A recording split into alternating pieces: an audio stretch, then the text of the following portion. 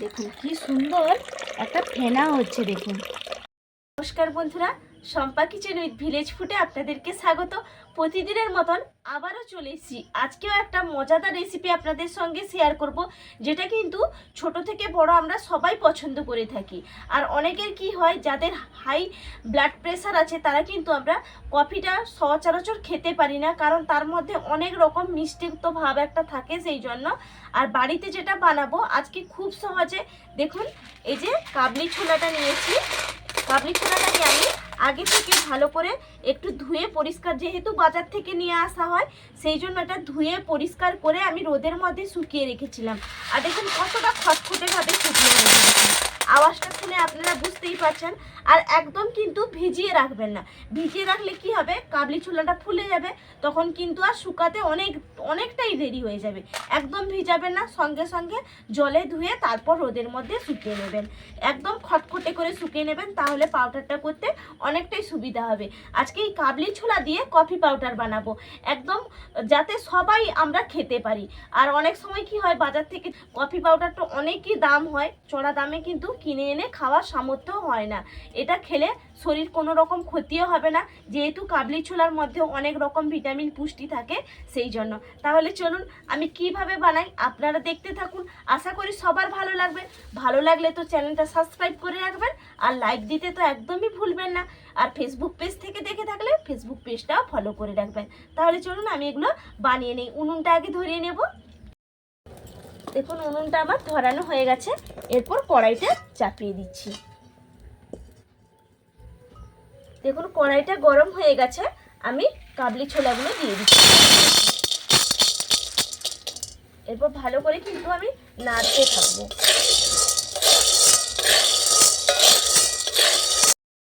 দেখুন অনবরত কিন্তু এইভাবে নাড়ছি, আর উনুনের আঁচটাও কিন্তু বাড়ানোই আছে। আর দেখুন কালারটা কিন্তু আগের থেকে অনেকটাই চেঞ্জ হয়েছে, আপনাদেরকে একটা তুলেও দেখাই। দেখুন এইভাবে কিন্তু আরও কিন্তু আমি ভালো করে ভেজে নেব। আর কি দারুণ একটা গন্ধ উঠছে, অসাধারণ একটা গন্ধ উঠছে বন্ধুরা। এরকম কিন্তু অনবরত আমি নাড়তে থাকবো। দেখুন আমার কিন্তু ভাজা হয়ে গেছে, আর কতটা সুন্দরভাবে ভাজা হয়েছে দেখুন। আর একদম কিন্তু দেখুন ঝনঝন করছে। এরপর আমি এটা নামিয়ে নিচ্ছি, থালার মধ্যে আমি ঢেলে নিচ্ছি। দেখুন থালার মধ্যে তো ঢেলে নিয়েছি, এটা ঠান্ডা করে নেব। খুব একটা একদম ঠান্ডা করব না, উষ্ণ উষ্ণ গরম অবস্থায় কিন্তু এটা আমি গুঁড়ো করে নেব। দেখুন একটা আমি মিক্সিং বোল নিয়েছি, আর এই কাবলি ছোলাটা কিন্তু উষ্ণ উষ্ণ গরম আছে, একদম কিন্তু গরম নেই, যেটা হাত দেওয়া যাচ্ছে একদম। দেখুন এইভাবে কিন্তু একটু ঠান্ডা করে নিয়ে ভরে নিচ্ছি মিক্সিং বোলের মধ্যে।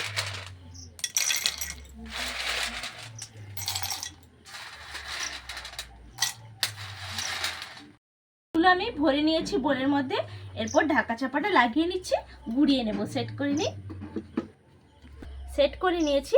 এরপর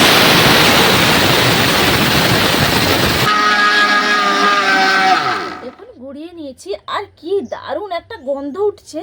আর দেখুন ঢাকা চাপাটা খুলি, কালারটাও কিন্তু একদম দেখুন যেভাবে কফি হয় সেইভাবে কিন্তু কফিটা তৈরি হয়েছে, কতটা সুন্দর কালারটাও হয়েছে।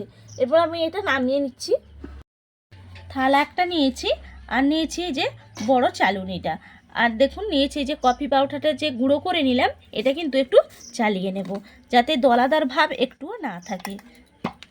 চামচ দিয়ে দেখুন এইভাবে চালিয়ে নিচ্ছি, তাহলে মিহি একটা যেইভাবে দোকান থেকে কিনে আনা হয় সেইভাবে কিন্তু পুরোটা হবে। দেখুন কি সুন্দর হয়েছে।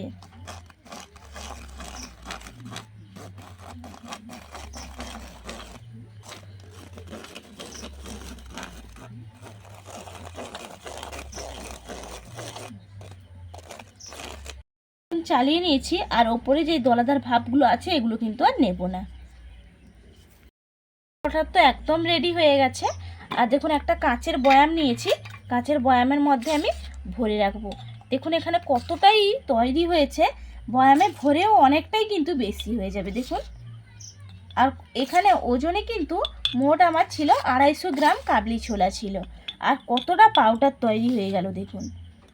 বিশ্বাসই করতে পারবেন না যে বাড়িতে খুব সহজেই বানানো হয়ে যায় কাবলি ছোলা দিয়ে কফি পাউডার। কি সুন্দর হয়েছে দেখুন, এক কৌটো কিন্তু একবারে ভর্তি হয়ে গেল। ঢাকা চাপা লেগে রাখিয়ে রেখে দিচ্ছি। এরপর আর যে বাকিটা আছে আমি একটু বানিয়েও খাবো, আর একটা বয়ামের মধ্যেও ভরে নেব। দেখুন আমি একটা সসপ্যানের মধ্যে গরম জল করে এনেছি। এই গরম জলের মধ্যে আমি দিয়ে দিচ্ছি এখানে 10 টাকা দামের আমুল দুধের প্যাকেটটা নিয়েছি, গুঁড়োটা। আপনারা চাইলে কিন্তু গাই দুধ দিয়েও করে নিতে পারেন, আমার কাছে নেই যেহেতু এই জন্য আমি পাউডার দুধটাই নিয়েছি। এবার ভালো করে গরম জলের সঙ্গে মিশিয়ে নেব।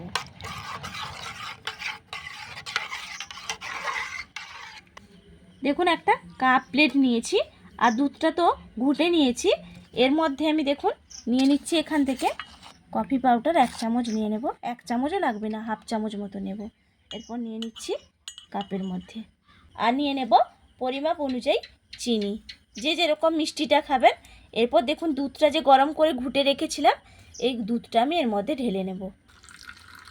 দেখুন কি সুন্দর একটা ফেনা হচ্ছে। দেখুন দোকান থেকে যেইভাবে কিনে আনা হয় ফেনাটা হয়, সেইভাবে কিন্তু একদম হচ্ছে ফেনাটা একদম। দেখুন এরপর একটু আমি ঘুটে নিচ্ছি, তারপরে খাবো।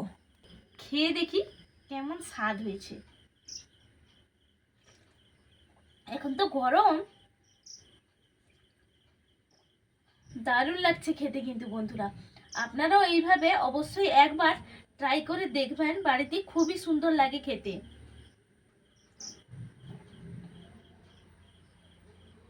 স্বাদের কিন্তু কোনো রকম পার্থক্য হয়নি।